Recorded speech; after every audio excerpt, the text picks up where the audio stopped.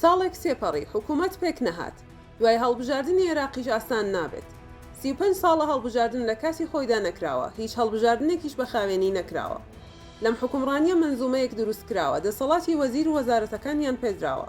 ئەوەی بەم حاڵە ئێستا بچێت ئەم حکومڕانیە دەست و پێبەستراو دەبێت، زەرەر دەکات.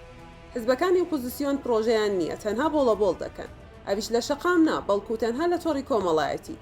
دەبوو تا ئێستا حزبەکانی ئۆپۆزیسیۆن لە دادگای فیدراڵ سکاڵایان لە دژی ئەم پەککەوتنەی حکومڕانی کردبا. هەڵبژاردن بکرێت و حکوومەت دروست نەکرێت، پەرلەمان پەکخراو بێت، ئەو دیموکراسیە پێناسەی چییە؟ لانووسینی سەرتیب جەوهەر هەفتەیەکی دیکە ساڵێک بەسەر هەڵبژاردننی کوردستاندا تێدەپەڕێت. تا ئێستا حکوومەتی نوێ دروست نەکراوە، پەرلەمانیش وەک دامەزراوەیەکی مردوو بە هاو ڕۆڵی خۆی بەتەواوی لەدەستداوە.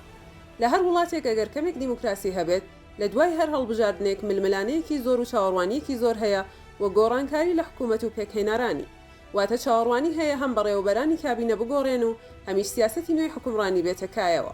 بەڵام لە کوردستان لە ماوەی نزیکەی 35 ساڵی ڕابردوو تا ئێستا هیچ هەڵبژاردنێک لە وادەی دیاریکراوی خۆیدا نەکراوە، هەروەک هیچ هەڵبژاردنێکیش بەڕێوە نەچووە گومان لە ئەنجامەکەی نەکرابێت.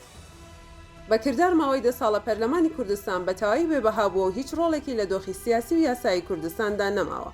لە 2015 دەرگای داخرایی دیپەکخرا.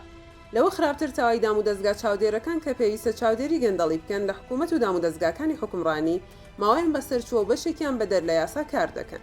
واتە دام و دەستگایانش بوونەتە بەشێک لەم سیستمە بەسەرچووەی کوردستان، خۆیان بوونەتە بەشێک لە خراپی ئەم حکومڕانیە.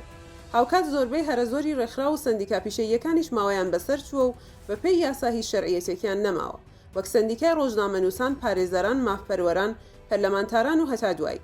بەداخەوە سەرباری ئەم بارودۆخە خراپەی حکومڕانی و ژیانی سیاسی لە کوردستان، ئۆپۆزیسیۆنیش هیچ پرۆژە و ڕۆڵێکی ئەوتۆی نییە، بگرە هەندێک جار وەک تەواوکەری ئەو مەنزومە فاسیدەی کوردستان دەردەکەوێت. نە پرۆژەیان هەیە و نە دەستپێشخەریەکی جددی. ناڕەزایەتیەکەیان تەنها بۆڵەبۆڵ و گلەییە، ئەویش لە شەقام نا، بەڵکو تەنها لە تۆڕی کۆمەڵایەتی. ئەگیناوە ساڵێک بەسەر هەڵبژاردن تێدەپەڕێت. ئەگەر نەشیان توانی بێت خەڵک بێننە سەر شەقام لە دژی ئەم دواکەوتنە، لانی کەم دەبوو بچنە دادگای دەستوری لە بەغدا پرسیارێک بکەن و سنوورێک بۆم چەقبەستنە دابنرێت، تا چیتر پرسی پێکهێنانی حکوومەت نەبێتە قوربانی بەرژەوەندی حیزبێک یان کەسێک و سەرنجام کۆی حکومڕانی بە پەرلەمانیشەوە پەک بخرێت.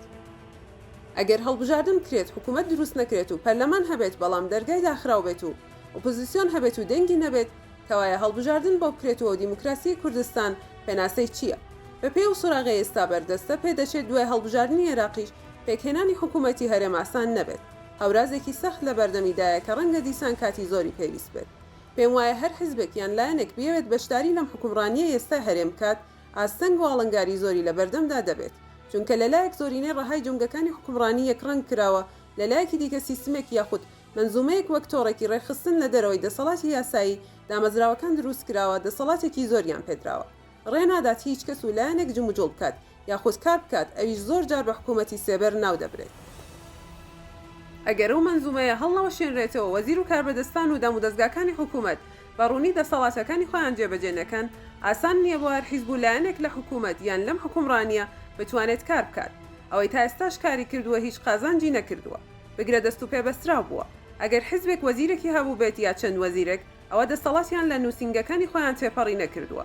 خەڵکی دیکە لە ئەنجومەنی وەزیرانی شوکاری وەزارەتەکەی کردوون و دەسەڵات لای ئەوان بووە.